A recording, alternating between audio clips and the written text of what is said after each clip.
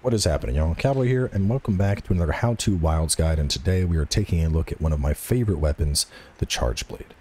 Now, many people like to joke that you need a PhD to learn how to use the Charge Blade, and while it is a very high-level technical weapon, it is one that pays off in spades, allowing you to transform into a giant axe and start swinging this thing around like the whirligig saw from Bloodborne, pumping insane amounts of physical or elemental damage into your enemies, and it's a weapon that I wholeheartedly recommend.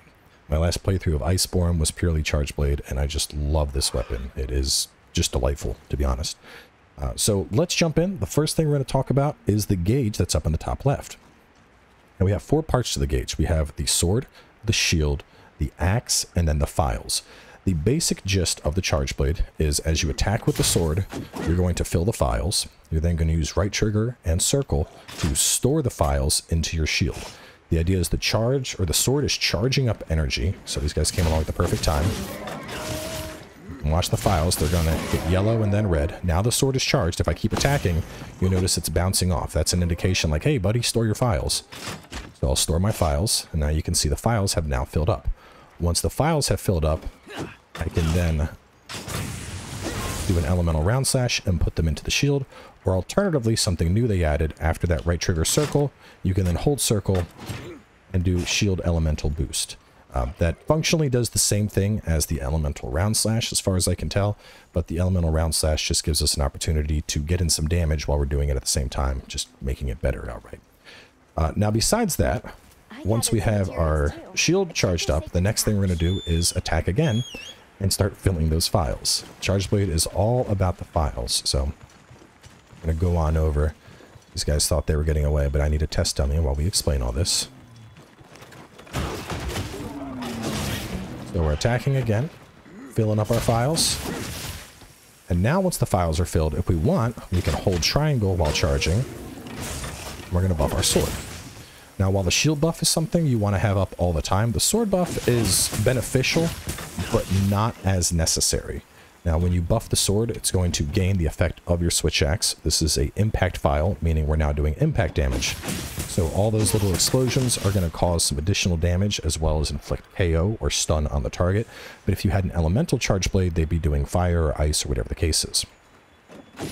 We can also overcharge files. So you can see how right now files are filled. They're filled with white, but they have a red aura. If we store them, they now have a little firecracker icon. And this is something that's new to Wilds, known as overcharging.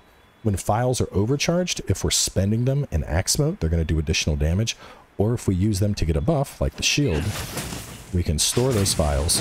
And that buff is going to last 60% longer than just filling up our shield normally. So I would suggest overcharging your files for when you're trying to get your buff up on your shield. Now, once you get your buffs up, the most important, of course, being your shield. The sword buff, nice to have, but I wouldn't consider it like an outright necessity. It's just good to have because you are going to be going back and forth between axe mode and sword mode. From there, we could transition into axe mode, and once we're in axe mode, the idea is we spend those files to do an attack. The two most prominent attacks being the amped elemental discharge and the super amped elemental discharge. Now, the amped elemental discharge will use one file. The super amped will use all of the remaining files. Besides those, there's a bunch of other attacks that we can do in axe mode, and we'll talk more about those when we actually start going through the movesets in full. But that is the general flow of how the weapon works. We attack to get files, we put files into shield, we get files again, we spend files in axe, and then we just aim to maintain our buffs. Moving on from there, let's actually talk about the weapon itself. Now, while we are in sword and shield mode, triangle is going to be weak slash, return stroke, round slash. This is kind of your basic attack, and you are going to be doing this against monsters, but it's not all that good at actually filling up the files. If you're trying to fill up files, you should be using circle, and you should be holding it. Just tapping circle, you do this little weak slash. Holding it down, boom, boom. Charged double slash, and that is going to be that's your file filler. You can see how fast that filled the files up there. Besides that, triangle and circle together, we'll start with a forward slash. Most of the time, do a shield thrust, and shield thrust can combo into a bunch of stuff. So I could go like charge double slash, shield thrust, into a charge double thrust, into a shield thrust, into a series of attacks, into another series of attacks. Bouncing off everything right now. But the point is, shield thrust is amazing. You're going to be using shield thrust a bunch. Besides that, we also have fade slash. After any attack, pick a direction and hit circle. Look at that mobility. I love it. And the last thing I want to talk about are guard points. Now, after we're doing those fade slashes, look at my shield. See that white flash? Watch this. See that white flash again? Those are known as guard points. And what that means is at that end of the animation there, right when the shield turns right, God, I can't talk. So, boom. During that, the shield is facing the enemy. You have what's known as a guard point. That means that during that time, the shield is active. It will block attacks that are incoming towards you. And with those blocks, you could actually follow up and do the various counterattacks that the charge blade has available to it. So there's a lot going on here, but I think the most important things to remember in sword mode are going to be holding circle to get your charge double slash, and then after any attack, a direction and circle for fade slash to move around. Besides that, obviously right trigger and circle to charge and store those files as it builds up.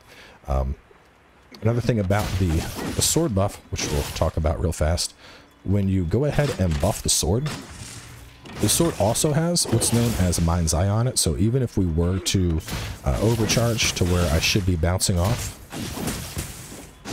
the sword actually won't bounce off. Even though right now it should, because the sword is buffed. You can hear that noise. That's a noise that means, like, stop hitting me, I should be bouncing. But because the sword is charged, it is not bouncing. Charge my shield quickly, and now let's talk about axe form a little bit. Now there's a couple different ways to get into axe form. While you're holding block, if you just hit triangle, you're going to do a morph slash. That'll put you into axe form. Coming off of any ledge, if you just jump off of a ledge, you can hit right trigger to go into axe form, or thrust and then amped elemental discharge. So that's just right trigger square, and that's going to transition you into axe form with an attack that will spend a file. Now once you're in axe form, hitting triangle up or down while stationary will do rising as well as overhead slash. Good for endemic life or stuff that's in the air. If you pick a direction while you're hitting, it'll do fade slashes, very similar to how it works hitting circle. So you can see we have a little bit of movement while we're in axe form here. And then hitting circle is going to be your big file spender. So as we start hitting circle, we'll do an elemental discharge, and then elemental discharge 2. Then it'll go into an amped elemental discharge, and then we could go amped elemental discharge follow-up. And you could just continue to do that loop if you wanted, or instead, after that follow-up, you could hit triangle and circle to go into the super amped elemental discharge. And we could even go super amped even sooner. If we wanted to, we could go amped elemental discharge, and from that, we could go straight into super amped elemental discharge. From a block, if we block an attack, we can immediately hit triangle and circle to go into the super amped elemental discharge. But an important thing to keep in mind is when you do the super amped elemental discharge, you're going to be spending all of your files. Whereas an amped elemental discharge is just going to spend 1. And if we are just going through these elemental discharge attacks, most of the time that's going to end up spending around half a file per hit.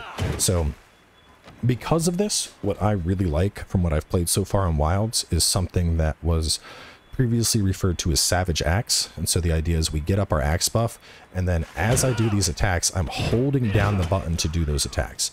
So holding circle, holding circle, holding circle, holding circle.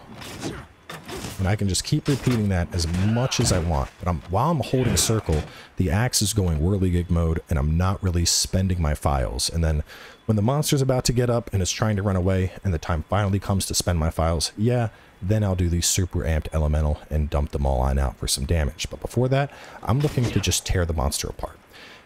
And I just want to point this out because there are very different play styles to Charge Blade. There's styles around Charge Blade that revolve around you blocking and immediately doing your super amped elemental. There are styles that revolve entirely around Savage Axe. There's even styles that revolve around mainly staying in Sword and Shield, even though they're more of a meme. But there's a lot of different ways to play this weapon, and what I'm going to be showing in the hunt here is more of a Savage Axe playstyle, which personally I think it's more satisfying. Nothing against SAEDs. I just think it kind of gets a bit in the rhythm, you know? You build up the files, you spend them. You build up the files, you spend them. And I really like how Savage Axe has evolved in Wild. So that's what I'm going to be focusing on in this guide. But, you know, seek out more information. Just know there are multiple ways to play this weapon, and they're all very good. I didn't talk about the axe buff, but to get the axe buff up, we can either hit a wound, or we can do a perfect block and then just hit triangle, and that's going to immediately buff it. So it kind of comes naturally just from hitting the wounds, but you'll see that more in the hunt here. I'm probably going to be going a bit slower in the hunt, just kind of focusing on really showcasing the mechanics, just because of how technical of a weapon this is. So let's go on. I think this is unfortunately going to be the last guide I can get out. Assuming the time is correct, this beta shuts down in 15 minutes. I don't know. I wonder what happens if I just keep on the PlayStation, if it'll just be like lost connectivity to network, but still boot in. Because I'd love to keep putting these out, but otherwise we will be on pause until the beta comes back up. By order of the guild. They've issued us supplies. The charge blade does not have offset, but it does have clash. So if you're using your block attack, and it does have a perfect guard that you can time to mitigate stamina and sharpness loss that you would typically worry about with blocking with the charge blade. That perfect guard is going to be what we want to hit to get our free axe buff. And we'll look at all that once we get into the hunt here.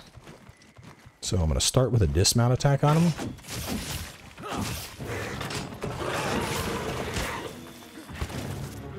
We're going to hit the charge. I got the files. Throwing the files. I roll past him. And a fade slash around. Ooh, got hit by the tongue. It's okay.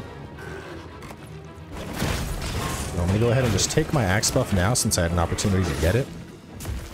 Now we're going to go ahead and store those files. Now we're going to overcharge. And like I said, I really like hitting circle, triangle, circle, triangle, circle, triangle, and then right trigger. You just go into that.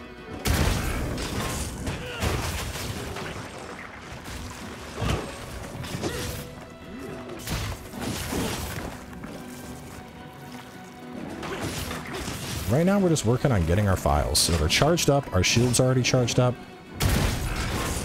Every time he does that, I'm just getting in a free attack, and then I'm going back into a round slash.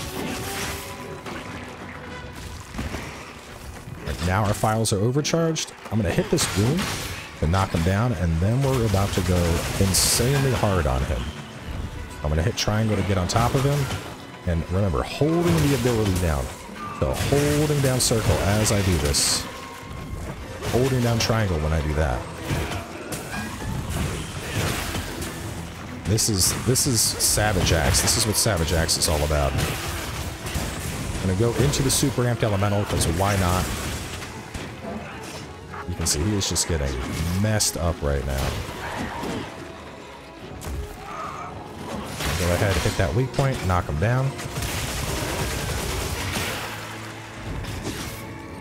We're gonna do the charge.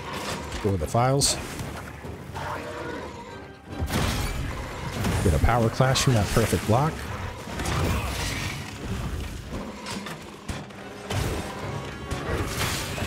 Get the weak point again.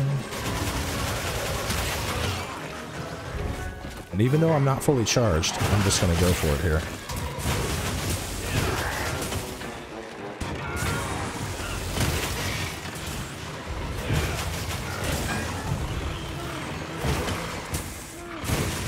This is kind of what Savage Axe is all about, you know, as opposed to doing the super amped elemental discharge. I'm just continuing to do that same rotation, just spinning the axe through this dude. And he is like, "Mama, please save me. This hurts so bad." You can see just how long my files last as I'm doing this too. Look at that. Poor guy didn't even get to escape. He's already dead. And this is why we love Savage Axe. It's just, that's so good. So to recap once again, attack to build up files, store the files, put the files into the shield, build up files again, go into axe mode, you spend the files. And as you saw there, Savage Axe, you're going to spend the files a lot less. So if you really like the axe playstyle and you want to stay in axe more often, Savage Axe might be something that's more up your alley. If you're doing sword more often, you might be better off doing the block into the SAED. But you saw the perfect blocks and we hit it. We were able to keep Savage Axe up constantly. And, you know, once Savage Axe gets going, I mean, the damage was outrageous. The poor dude was just like, oh my god, I'm ultra dead. So, really, really fun weapon. Definitely takes a lot of practice. I think that's my fastest kill so far, 324. Yeah, that was pretty saucy, right? But moving on from here, I would like to do Sword and Shield next. I've seen a lot of folks requesting that. If this goes down, I won't be able to get to it until like Thursday night, but rest assured, I'm going to try and get a guide out for all the weapons. I'm not feeling as comfortable with the bowgun changes, so I'm not sure if I'll get to those, but everything I'm playing, at least, I plan to get a guide out on to help show you the way. So thanks for coming by, and I'll catch y'all soon with more.